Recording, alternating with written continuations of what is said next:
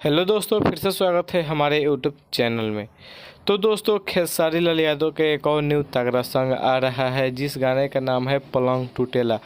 एक और गाना आया था आज से साल भर पहले, पलंग सगवान के, जो कि डोली सजा के रखने में कर सॉन्ग था मूवी मेकर, जो कि अभी तक 309 मिलियन व्यूज क्रॉस हो चुका है।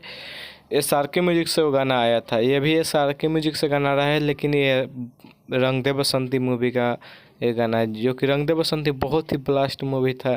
आपने तो देखे ही होंगे, अपने मोबाइल के स्क्रीन पर पोस्टर देखिए, पलंग टूटेला, जो कि बहुत ही तगड़ा सॉन्ग है। ये 20 तारीख को रिलीज होगा 6:30 में। कृष्णा बेदर्जी ने लिखा है, म्यूजिक भी कृष्णा बेदर्जी जी ने दिए हैं।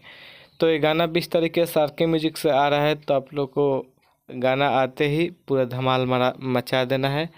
हम इतना ही कहेंगे। अगर हमारे यूट्यूब चैनल पर नए हैं तो चैनल को सब्सक्राइब कर लीजिएगा भोजपुरी के हर छोटी बड़ी खबर देखने के लिए।